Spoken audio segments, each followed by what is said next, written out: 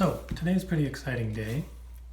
I just got in the mail my new Nexus NG-3 with 5-inch drive wheel 2x72 grinder from Nexus Grinders, which is a company that's out of Alberta, Canada.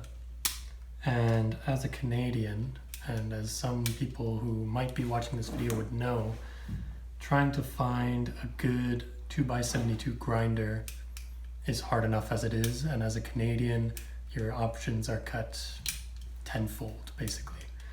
There's 3 companies that I found, and Nexus Grinders seem to be the best value out of all 3 of them. They also sell variable frequency drives, which I'll be looking at as well, and they sell different parts, tooling arms, contact wheels, etc. But this is the NG-3, which comes with the C-plate for the mount for the motor.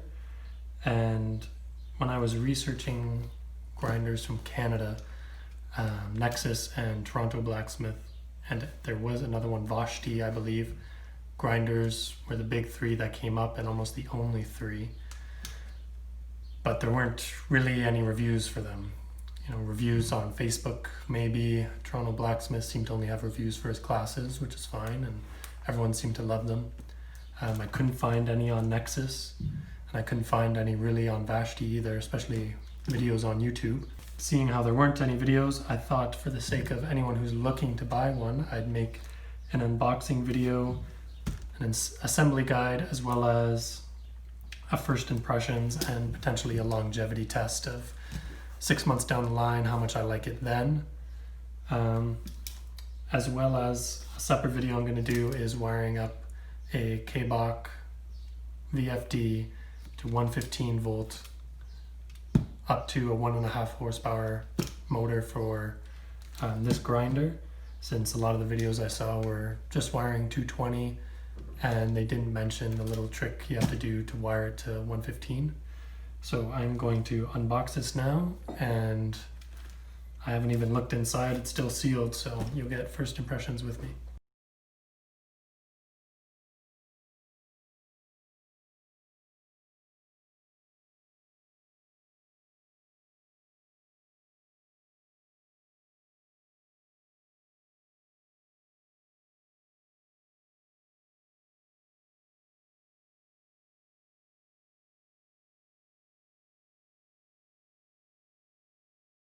And you're looking at the NG2 versus the NG3.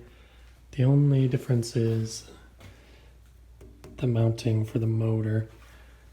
Otherwise, it's the same. And if you have means of doing this yourself, then that's great. It saves you a couple bucks, but otherwise, it's definitely worth getting.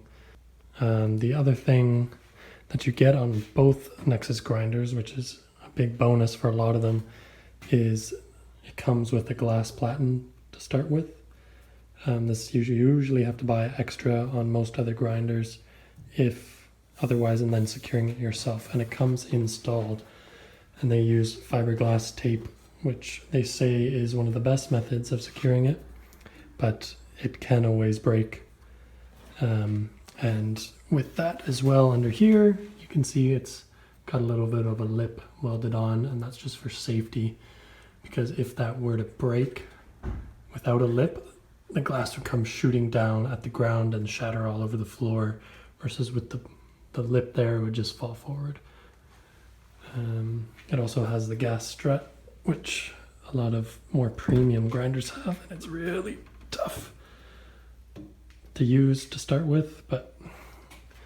And this also boasts, which is one of Nexus's big things, is a 2-way tracking axis, so you can track the wheel in and out like most standard grinders, and there is also tracking left to back and front, and that's what you use these little Allen keys for.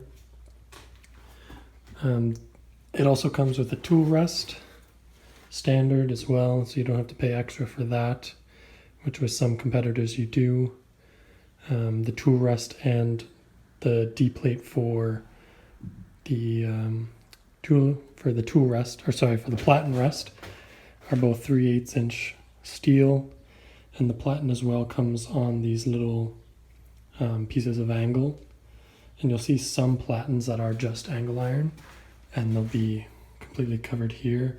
And the drawback to that is when you're grinding bevels on something, I'll just use this plywood. So if you're grinding bevels on something, this side you have free rein all the way around, and it's a hard edge. And on this grinder you have that on both sides because it's open. But if you have angle iron there, then you're grinding this hard edge here, and the other edge is rounded. So it can be a little inconsistent for some people, and they like this better. These knobs here for both of the tool arms, and as well for tracking, they are steel or aluminum. They're metal anyway, and they look plastic on the website, but they're not, which is nice.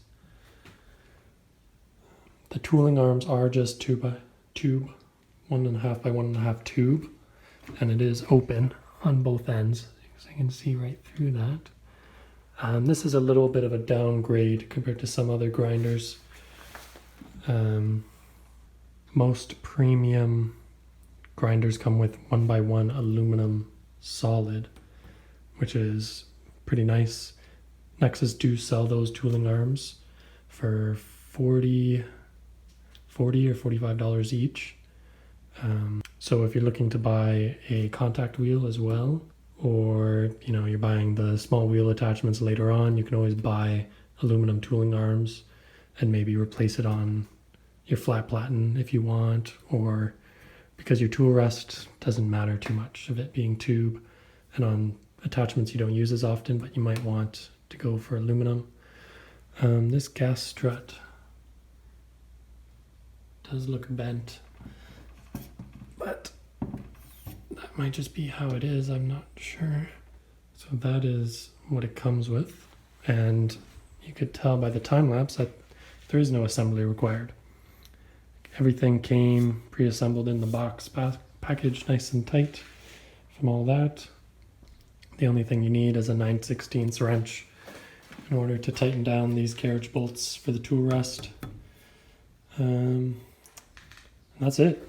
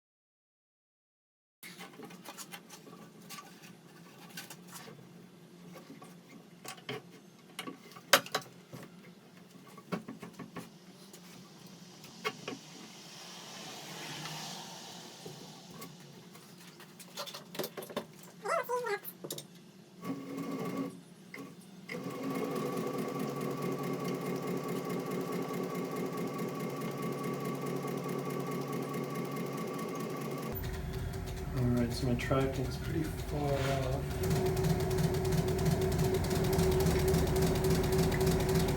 That might have to do with the way I put on the drive wheel.